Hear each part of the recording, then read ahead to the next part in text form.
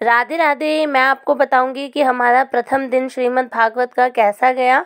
कलश यात्रा हमारी समाप्त होने वाली है। जैसे कि मैंने आपको पिछली वीडियो में कलश के महत्व के बारे में बताया था कि कलश उठाने से क्या क्या लाभ होते हैं। इस वीडियो में मैं आपको बताऊंगी कि हमारी श्रीमद् भागवत का प्रथम दिन कैसा गया और हमने प्रथम दिन क्या क्या किया श्रीमद् भागवत में। और हमें हमारे जो व्यास गद्दी पे बैठे हुए थे श्री बृजेश महाराज जी, उन्होंने हमें क्या क्या श्रीमद् भागवत के बारे में बताया। हम ये सारा कलश लेके जा रहे हैं जो पंडाल है जहाँ पर हमने श्रीमद् भागवत का बड़ा भव्य पंडाल लगाया है। महाराज जी ने हमें ये ज्ञात कराया कि श्रीमद् भागवत में उतना ही पैसा लगता है जितना एक कन्या के विवाह में लगता है। अब कन्या के विवाह आप भव्य से भव्य भी कर सकते हो और एवरेज से एवरेज भी कर सकते हो। तो श्रीमद् भागवत कई प्रकार की होती है, आप किसी भी तरीके से कर सकते हो, पैसे की कोई भी सीमा नहीं है। ये हमारे बृजेश महाराज जी हैं जिन्होंने श्रीमद् भागवत हमें सुनाई थी। अभी हम लोग कलश लेकर आए हैं। अभी ये नीचे बैठकर हमें सिर्फ बता रहे हैं कि श्रीमद् भागवत ये हमें कैसे सुनाएंगे और क्या क्या सुनाएंगे, उसके बारे में हमें ज्ञान दे रहे हैं। और अब हमारी आरती चल रही है श्रीमद् भागवत की, आप भी आरती सुनिए। श्री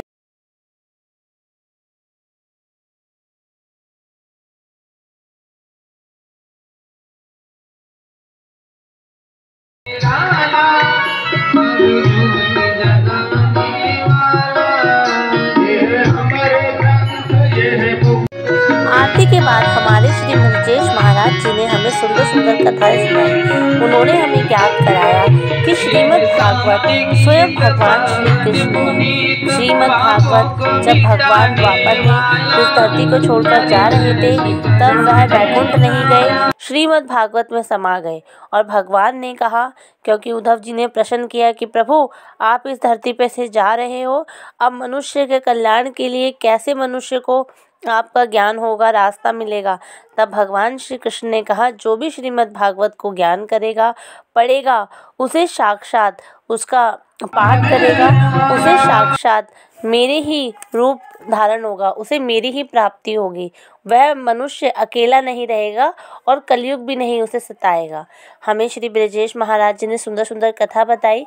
इसके बाद उन्होंने हमें ज्ञात कराया कि श्रीमद् भागवत किसने कहाँ कैसे सुनी। आइए मैं आपको बताती हूँ। उन्होंने हमें बताया कि एक बार लक्ष्मी जी ने संसार के जीवों के कल्याण के लिए प्रभु से पूछा। प्रभु ने लक्ष्मी जी से कहा कि यह श्रीमद् भागवत सबसे सुगंध सरल कल्याण का उपाय है। इसी कथा को एक बार ब्रह्मा जी ने भी पूछा, उन्हें भी भगवान ने उपदेश दिया। इसी कथा को भगवान श्रीमन नारायण से प्राप्त कर कर शंकर जी ने पार्वती जी को सुनाया। इसी कथा के अनुसार एक बार सनत कुमारों ने नारद जी को कथा सुनाया भक्ति और ज्ञान वैराग्य, जो कि भक्ति के पुत्र थे और वह मूर्छित हो रहे थे। उनको उनके अंदर जान लाने के लिए श्रीमद् भागवत नारद जी ने आनंद वन में श्री हरिद्वार में उन्होंने कथा सुनी। इसी कथा के बारे में कहा जाता है कि सुखदेव जी ने नारद जी से व्यास जी ने सुनी और व्यास जी से सुखदेव जी ने सुनी। एक और आता है कि यहाँ पर अमर कथा आती है जो भगवान शंकर ने माता पार्वती को सुनाई थी। वहीं पर एक अंडे के रूप में सुखदेव जी ने इस कथा को सुनी थी। फिर धुंधकारी की कथा आती है, आत्मना की कथा आती है जो उन्होंने हमें सुनाई कि एक धुंधकारी था, एक आत्मदेव थे जिनके पुत्र नहीं हो रहा था और वह एक ऋषि के पास जाते हैं, वो उन्हें फल देता है।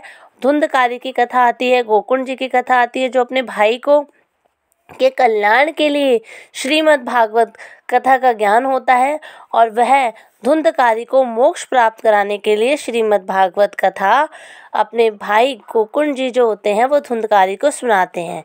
आप हमेशा श्रीमद् भागवत में गए होंगे, वहाँ पर एक बांस सा बंधा रहता है, वो धुंधकारी होता है और कहते हैं गोकुंड जी ने 7 दिन अपने भाई को श्रीमद् भागवत कथा सुनाई जिससे कि उसका कल्याण हो। इसी कथा को महाराज जी ने बताया कि सुखदेव जी ने राजा परीक्षित को सुनाया और इसी कथा को सूत जी ने 88,000 ऋषियों को निमुंज अरण्य में सुनाया। इसी कथा के बारे में अभी तक सुनने की परंपरा है, जगत में सुनते जा रहे हैं हम लोग और हमारा कल्याण होता जा रहा है। वरना कलयुग का इतना भारी प्रभाव है कि मनुष्य की बुद्धि बार बार भ्रमित हो जाती है, पर जब भगवान की कथाएं सुनता है तो कलयुग उस पर कोई असर नहीं लगाता। कोई अपना असर नहीं डालता। उसके बाद धुंधकारी की कथा के बाद गुरुजी ने विराम दिया अगले दिन की कथा के लिए और फिर हमें सुंदर सा भजन सुनाया और हम यहाँ भजन का आनंद ले रहे हैं। आप भी